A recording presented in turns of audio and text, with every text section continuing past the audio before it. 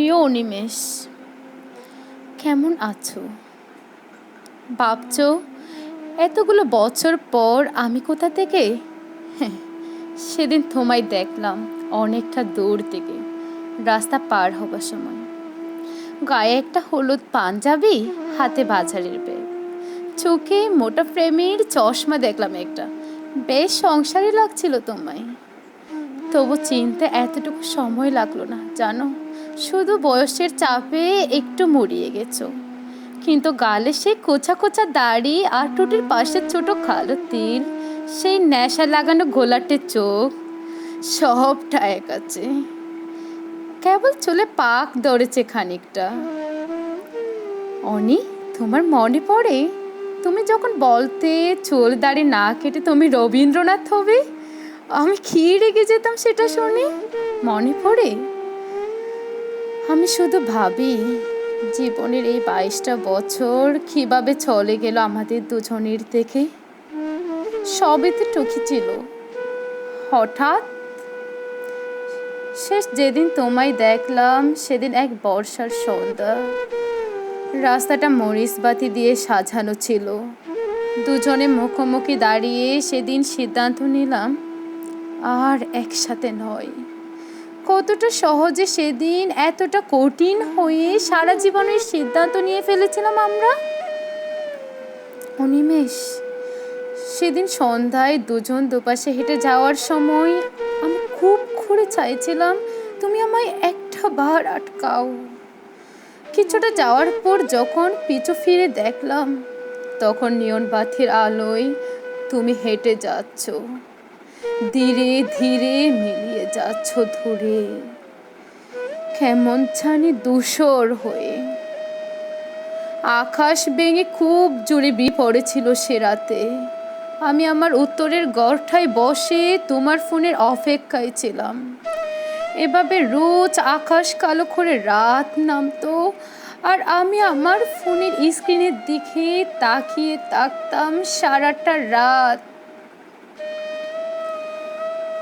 তারপর একদিন বুঝে নিলাম, না, বিধাতা আমাদের সংসারটা একসাথে লেখেননি। আমি 1000বার টের পেয়েছি দূরত্ব বাড়ানো সহজ, বিচ্ছেদ সহজ।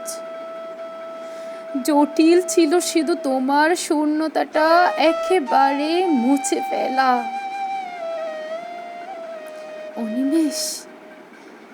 অনিমেষ, খুব চেনা রাস্তায় দীর্ঘদিন পরে হাঁটলে এক ধরনের অনুভূতি হয়। সেদিন রাস্তা পার হবার সময় যখন তোমার মুখটা দেখলাম, মুহূর্তেই আমার সমস্ত অতীত চোখের সামনে ওলট পালট হয়ে গেল। সেদিন তোমায় একটু ছুঁয়ে দেখা হয়নি। 22টা বছর আমাদের এতটা দূরে সরিয়ে দিল কি করে অনিমেষ? মাঝে মাঝে ভীষণ ইচ্ছে হয় পুরাতনে ফিরে যায়, আবার গোধূলির সময় শহরের শেষ মাথায় বসে জ্যোৎস্নার আলো মাখি তোমার মোটা প্রেমের চশমার নিচে যত্ন করে লুকিয়ে রাখা চোখের দিকে তাকে আমি আবার নেশাগ্রস্ত হই। আচ্ছা অনি, তোমার সেই বইয়ের নেশাটা এখনো আছে? তুমি ভালোবাসতে বুদ্ধদেব গুহ আর আমি সমরেশ মজুমদার।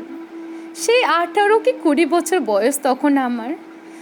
তারপরেই একদিন বসন্তের মতো জীবনে এলে তুমি। আমার এখন বয়স বেড়েছে অনি। মুখে কুচকানো চামড়া, চোখের নিচে কালো দাগ, তলপেটের মেদ, মাথায় কমে যাওয়া চুল, শরীরে রোগের বাসা প্রতি মুহূর্তে মনে করিয়ে দে আমি কতটা মরিয়ে গেছি বয়সের তুলনায়। সবাই আমায় সান্ত্বনা দেয়, কিন্তু আমার মন বলে আমি আর বেশি দিন নেই। অনিমেষ, মৃত্যুর দরজাটা খুব কাছ থেকে দেখছি জানো। এখন এক একটা দিন আমার কাছে কেবল স্রষ্টার উপহার। বিধাতার খেলা দেখো অনিমেষ, চলে যাওয়ার আগেই বোধহয় তোমায় দেখিয়ে দিলেন তিনি। অনি, উনি আমরা এখনো এক শহরেই আছি, অথচ তাও কতটা ভীষণ দূরে, তাই না? বলো, কতটা পথ হেঁটে গেলে তোমায় ছুতে পাবো তাও জানা নেই। অনি, তুমি ভালো থেকো, খুব ভালো থেকো। আর যদি কোনোদিন পারো এসে একবার ছুঁয়ে দিও আমায়। শরীরটায় আর প্রাণ নেই। কতগুলো বছর তোমার মুখে মৃন্ময়ীর ডাকটা শুনি না অনিমেষ। শখ করে দিয়েছিলে তুমি আমায় নামটা। অনি, আবার একটাবার ডাকবে আমায় সেই নাম ধরে? চোখ বোঝার আগে কেবল একটা ভার। এই ব্যস্ত শহরে কোনো এক ফিকে সন্ধ্যায় তোমার সেই পুরানো ঠিকানায় ফিরে আবার একটা বার।